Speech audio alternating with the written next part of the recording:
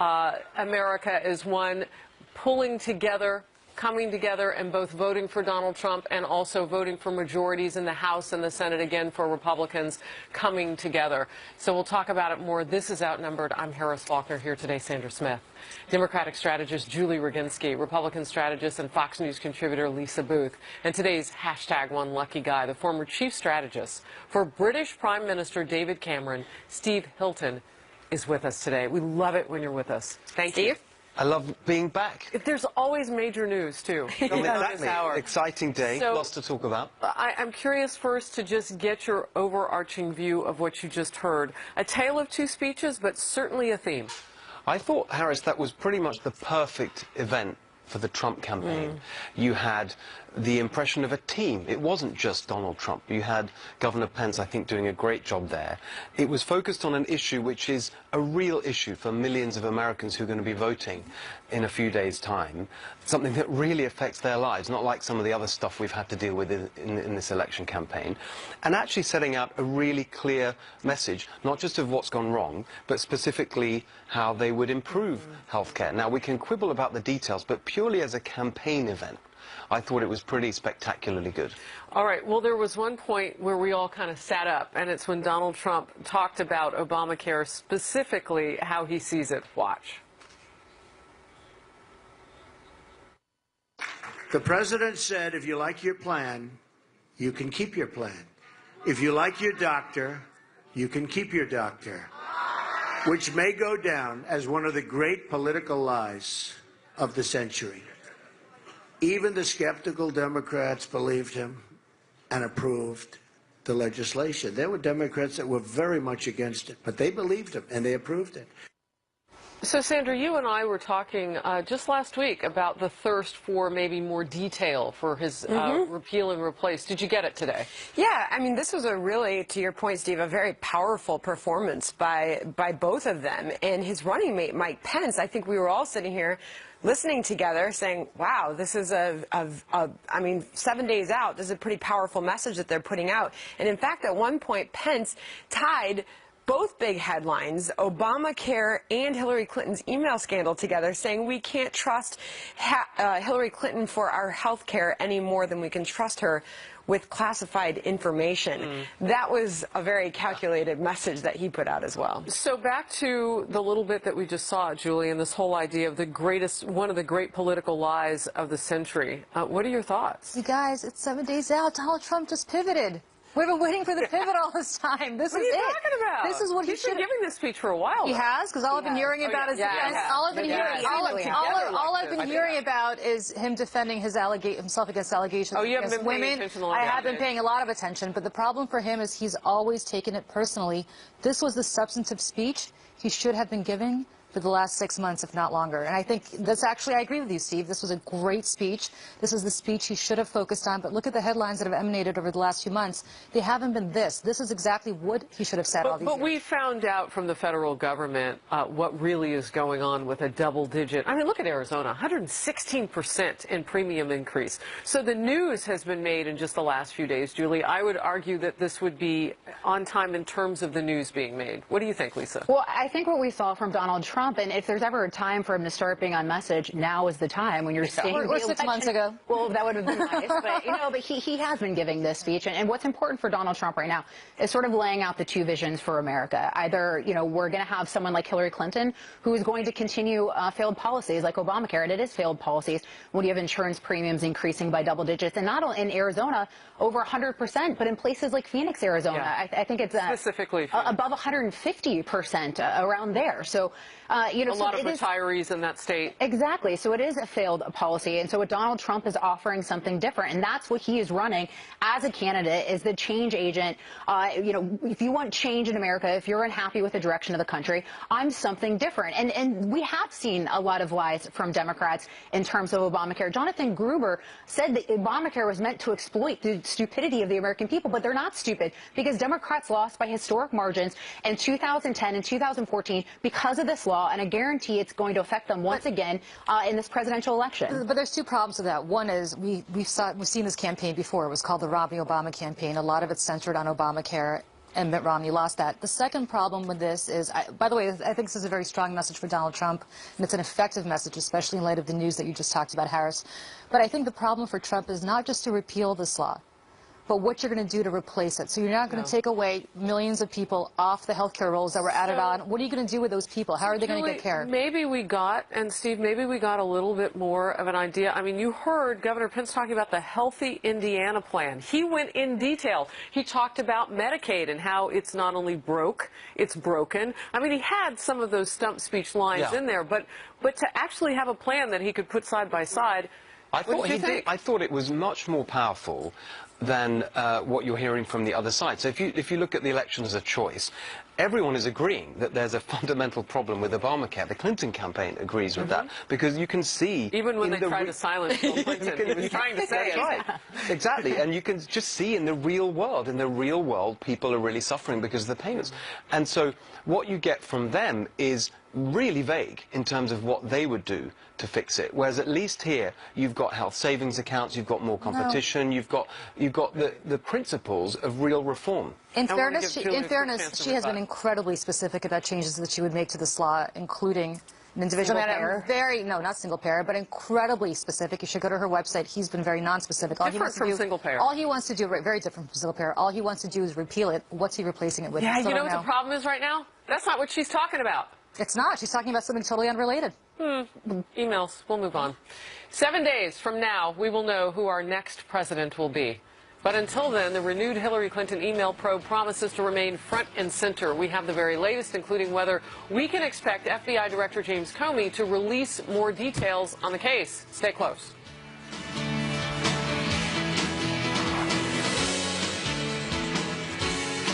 Election day, and until then, the renewed Hillary Clinton email probe promises to remain at the center of the 2016 race. The FBI is said to be using a computer program to sift through the thousands of emails, which were found on a laptop belonging to disgraced Congressman Anthony Weiner, the estranged husband of Hillary's longtime aide, Huma Abedin.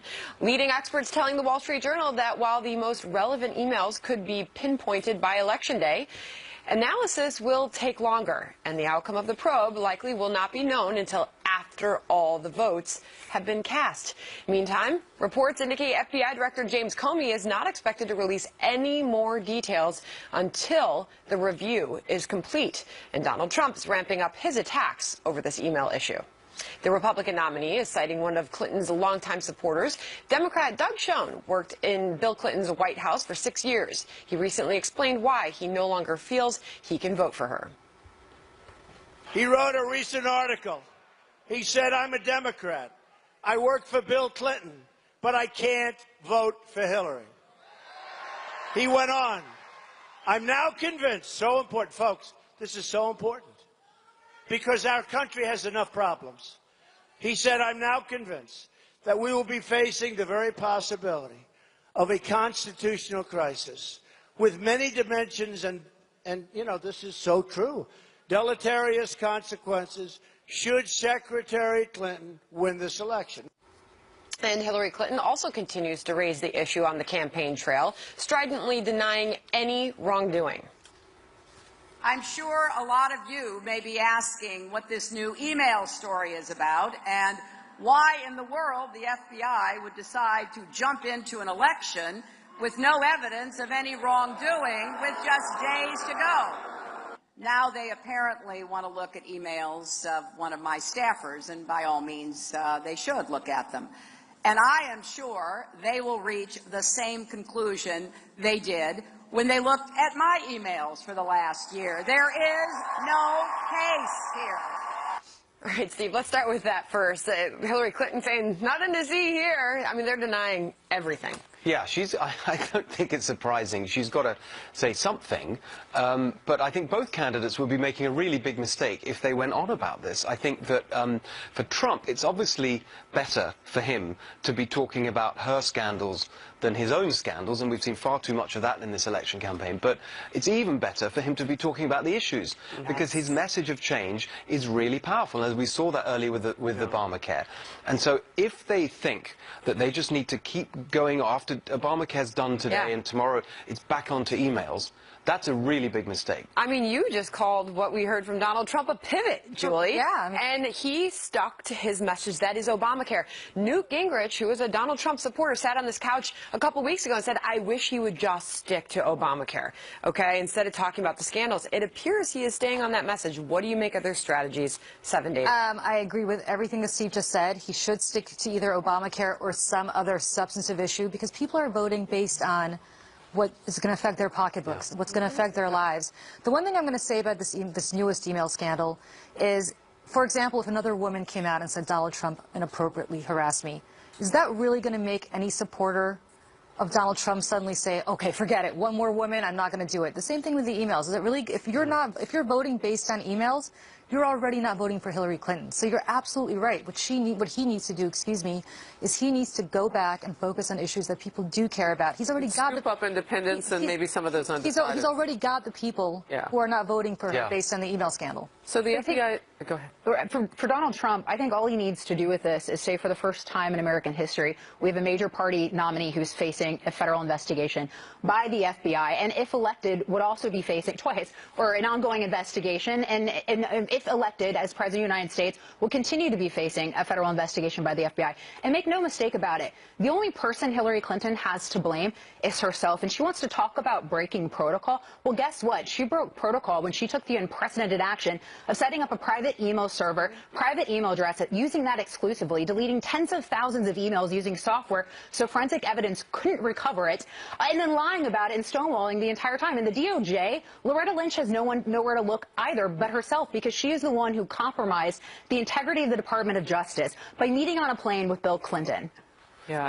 Wow. Lisa's been fired up about this. I wasn't even going to step into that. I will say this, though. With Doug Schoen, who we know him well. He's a Fox News contributor. He's been friends with the Clintons for more than 2 decades, in the White House with Bill Clinton for 6 years, so on and so forth. For him to step back and say he's reconsidering, he told me yesterday it's not that he's not just going to vote for Hillary Clinton. For the first time in his professional life, he's not going to vote at all.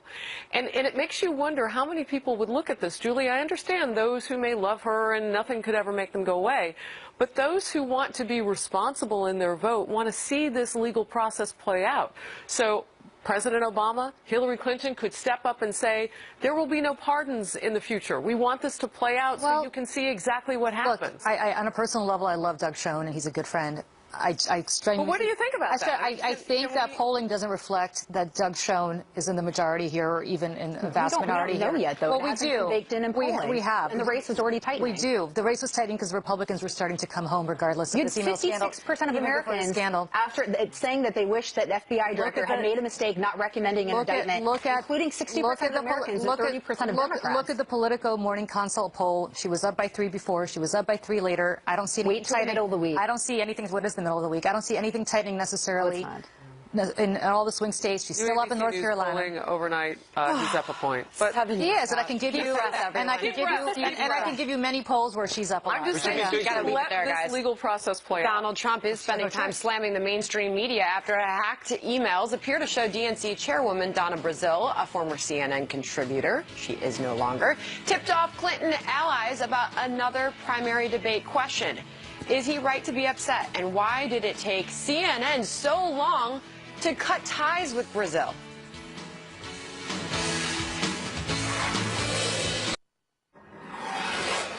Growing questions of mainstream media bias now after CNN cut ties with interim DNC chairwoman Donna Brazile, who served as an on-air political analyst for CNN.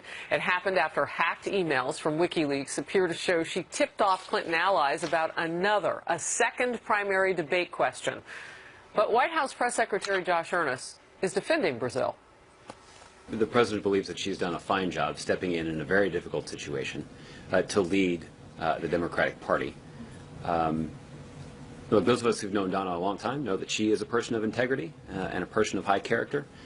She's a true professional who is a tenacious and effective advocate for Democrats. Code perhaps where you have a job at least through the election. Meanwhile, Donald Trump is slamming Brazile and the media. It just came out, you see, Donna Brazile was fired from the network for giving crooked Hillary the answers and the questions to a debate. The media, which is one of the most dishonest groups of people ever you're ever going to meet. They don't say, who cares about Donna Brazile? Who cares? What I care about is Hillary Clinton gets the questions to a debate. That's a big deal. And then what happens is the media, they never say, why didn't you turn it in? Now we are learning CNN President Jeff Zucker reportedly described Brazile's interactions as unethical and disgusting during an editorial meeting today, according to a source with knowledge of the matter. Okay, but what about Hillary Clinton's actions? I mean, are they going to say anything there? Because Donald Trump just asked the question, how come you aren't hearing the media question why she didn't turn it in, the fact that she was receiving these questions from Donna Brazile?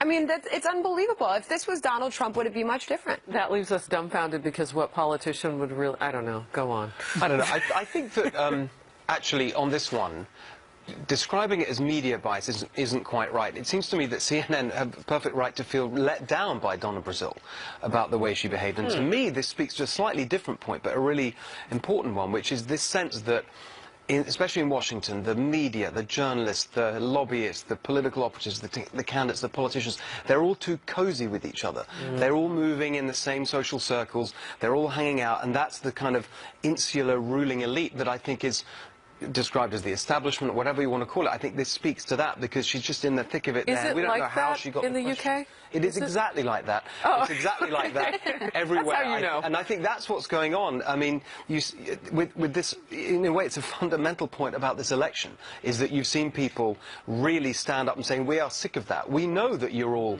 hanging out with each other, doing things, scratching each other's backs, moving from your job in government to business to lobbying and back and round again. This is all part of that. That's what I think this is. Yeah, and what's so interesting about what you're saying is why wouldn't, and I understand that Hillary Clinton doesn't want the distraction of this going on right now, but why wouldn't they just let her go from the DNC? And I know it's a week out, but they've already had another chair. I mean, it's not like it's breaking news that they would have another chair. But why not make a stand, as Steve is saying, and say, no, we're going to stand on principle and we'll get another interim? Because ultimately, besides all of us in the media/political zeitgeist, who cares? I mean, that's the problem. Really, Yes, really? And I'll tell you why. When I said that Donald Trump should have been focusing on things that he focused on today in his speech, this is exactly what I'm talking about. Do you think one voter gives a you-know-what about the fact that Donna Brazile may have leaked something to the detriment of Bernie Sanders? I, by the way, think that what she did was horrible. I agree with what Jeff Zucker said. He should probably take a look at Corey Lewandowski still being on his payroll. But what it doesn't do, but let me tell you what it doesn't do first. I'll tell you what it does. What it doesn't do is make one person who's predisposed or undecided in this case say, you know what, because Donna Brazile gave a tip-off to Hillary Clinton.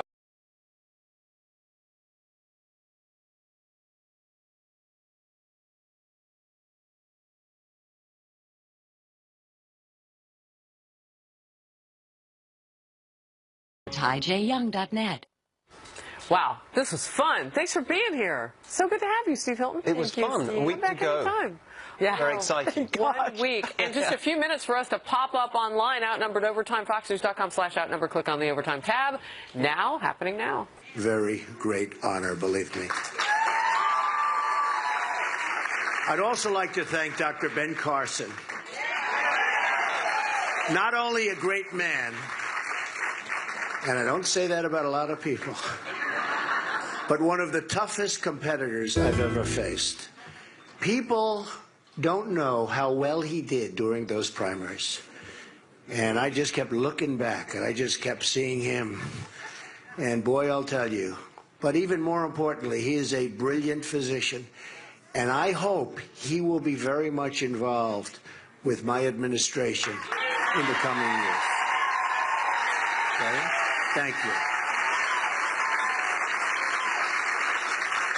I'd also like to recognize the distinguished members of Congress in attendance who have all been at the forefront of health care and have been so helpful to me. Congresswomen Elmers, Loomis, Congressman Price Harris, Burgess, and Desjardins.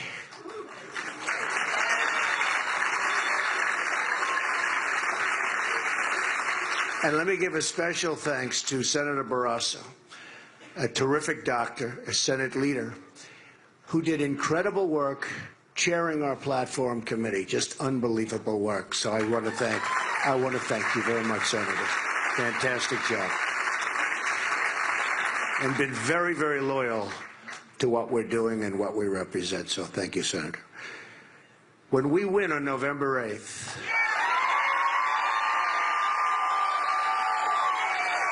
and elect a Republican Congress, we will be able to immediately repeal and replace Obamacare. Have to do it. I will ask Congress to convene a special session so we can repeal and replace. And it will be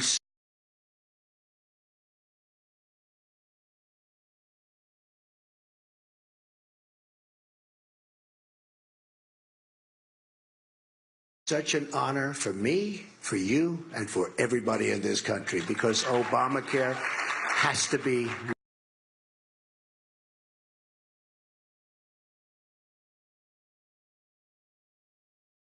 replaced. And we will do it, and we will do it very, very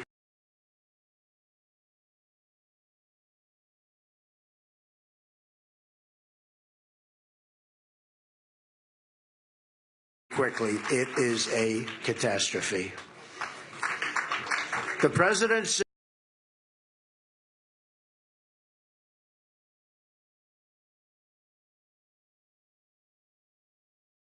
said, if you like your plan, you can keep your plan. If you like your doctor, or certainly very few people, the 2,100-page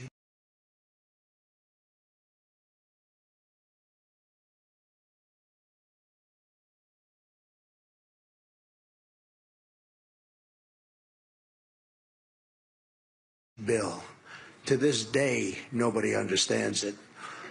The Obama administration is just, of course, in the future, if I'm president, there won't be Obamacare, so you won't have to worry about it. That means parents won't have enough money to pay. Other states are going up more than 60, 70, 80, 90. Deductibles can go to $12,000.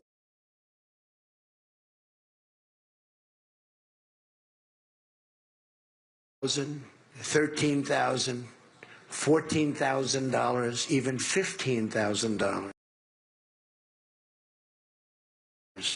In other words, your health care won't even be usable.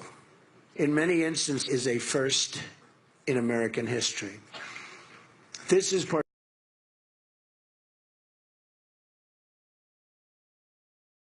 particularly unfair to millennials and younger Americans generally, who will be totally crushed by these massive health care costs before they even get started on their journey through life.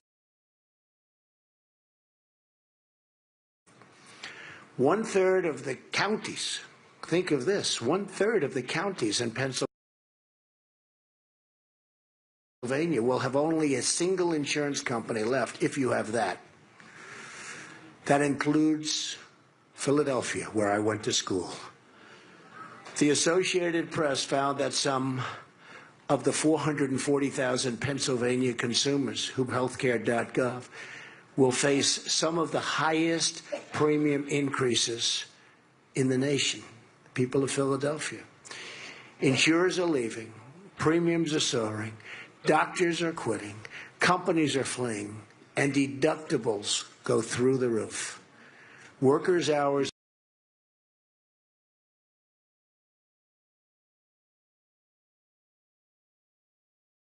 higher prices, fewer choices, and lower quality. Yet Hillary Clinton wants to expand Obamacare.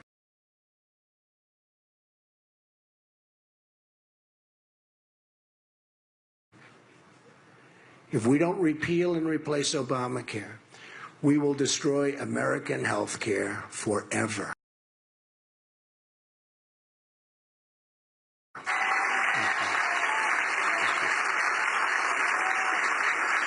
Thank you.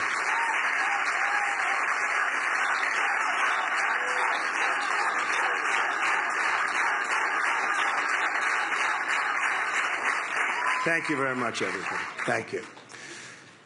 Our replacement plan includes health savings accounts, a nationwide insurance market where you can purchase across state lines, and letting states manage Medicaid dollars. So much better. We will create quality, reliable, affordable health care in a free market where parents can make the health care decisions that they really want to make for their families. It will be a much better health care at a much less expensive cost. We've also outlined detailed solutions on so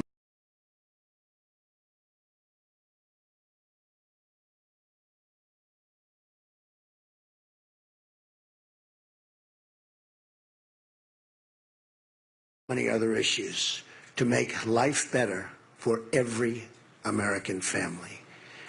And while this is really, thank you. While this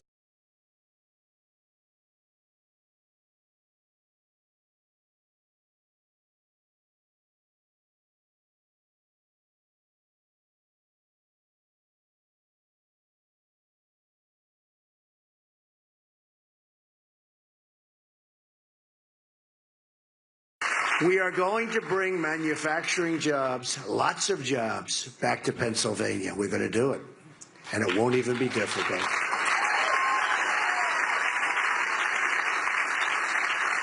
We're going to open modern mines and take care of our great miners. Our miners have been mistreated horribly.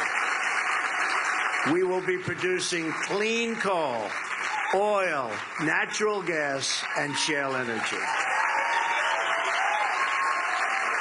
We're also bringing back our steel workers who have been so badly hurt,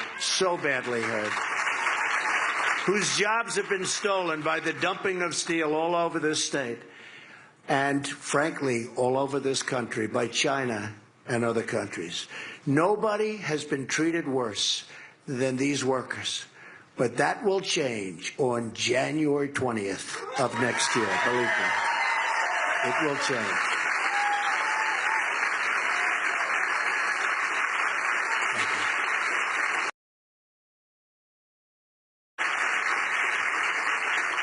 We're also going to provide the children of the state with school choice, so important. That means parents can spend and take care of their children, but they can send their kids to public school, to private, to charter, to magnet, to religious, or to homeschool. It's going to be their right, and it's going to be something that's so, so good for your children and for the education of your children. We will also totally eliminate Common Core and bring education local. We're going to bring it local.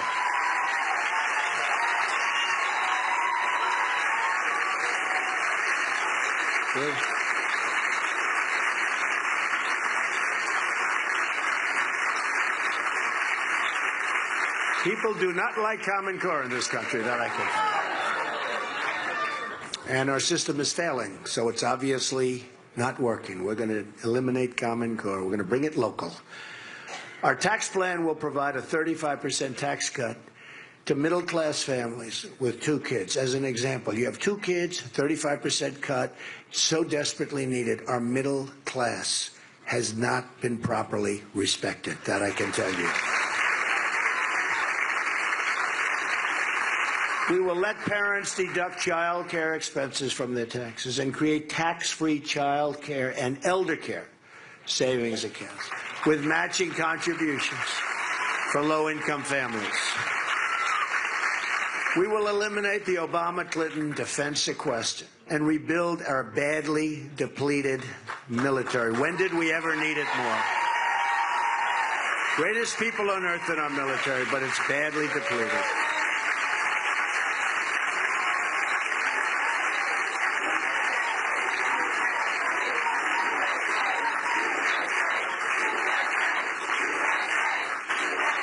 Thank you.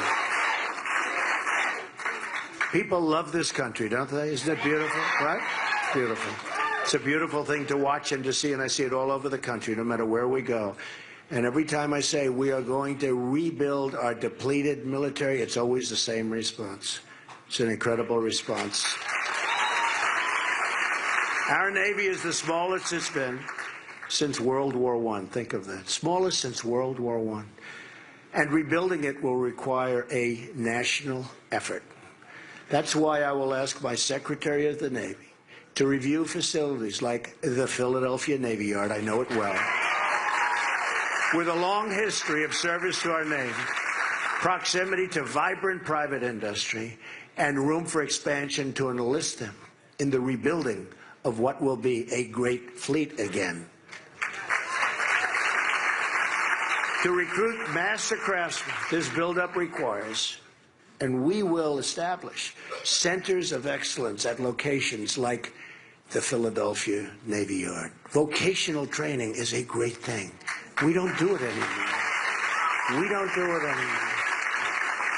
And I must tell you, so often in going to college, right down the road, in going to college, we'd have people that were brilliant, and we'd had other people that weren't as brilliant in that way, but were brilliant, incredible when it came to fixing a motor, when it came to fixing something that I had no idea what was happening, and other great geniuses had no idea what was happening, and they could take it apart blindfolded. And we don't do that anymore. Vocational training for our country is so important.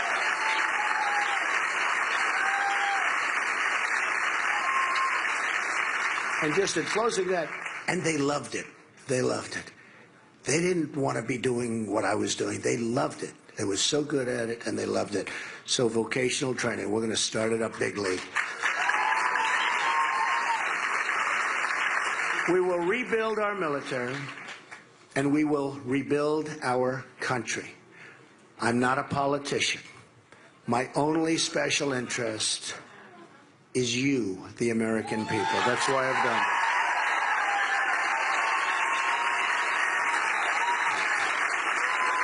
Thank you. Thank you very much. Thank you.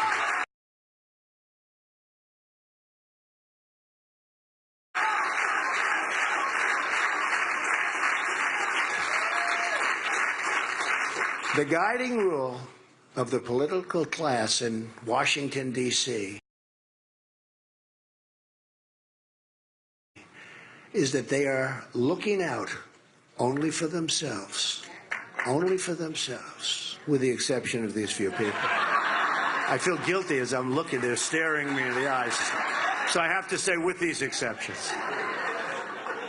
They will say anything and do anything and cling to their power and prestige and reverse decades of failure, and to work with the American people to create generations of success. I'm running. I'm running to restore honesty to our government and safety to our communities. We need safety. And by the way, our law enforcement officials, these are great, great people.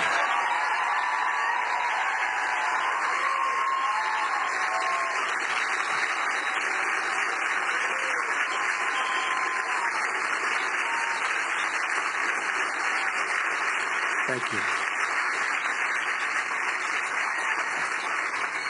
And we are going to give great prosperity to our economy. I want to go into our poorest communities and work on a national plan of revitalization, the inner cities.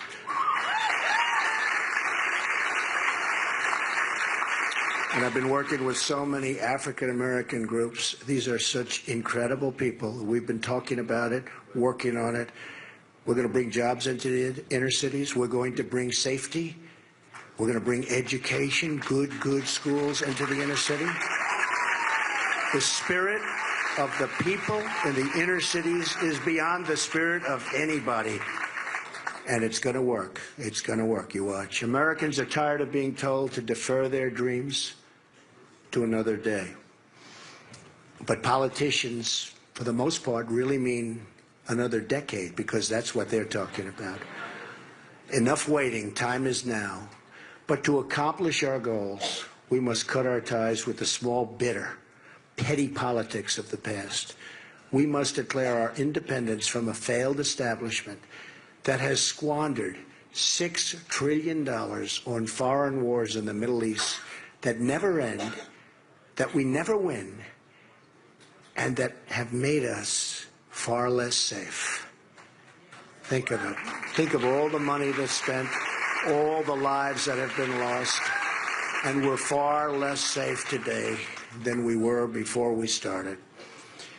They've left our borders wide open at home and shipped our jobs and wealth to other countries. It's time for new leadership.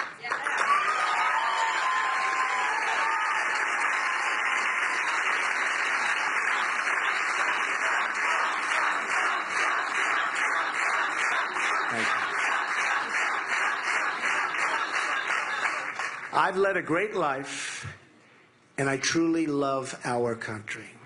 So now I want to give back to the country that's been so good to me. That's why I'm doing this. All I see everywhere I travel in this nation, and I've been everywhere, is untapped potential waiting to be realized. The people are amazing. The people are amazing. If we unlock the potential of these incredible people, no dream is outside of our reach.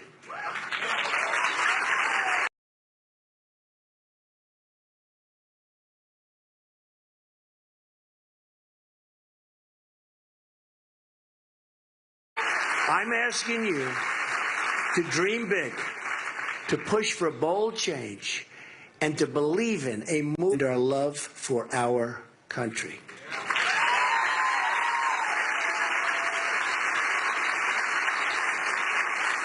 That is how we will truly make America great again. Thank you. Thank you very much. Thank you, everybody. God bless you. Thank you.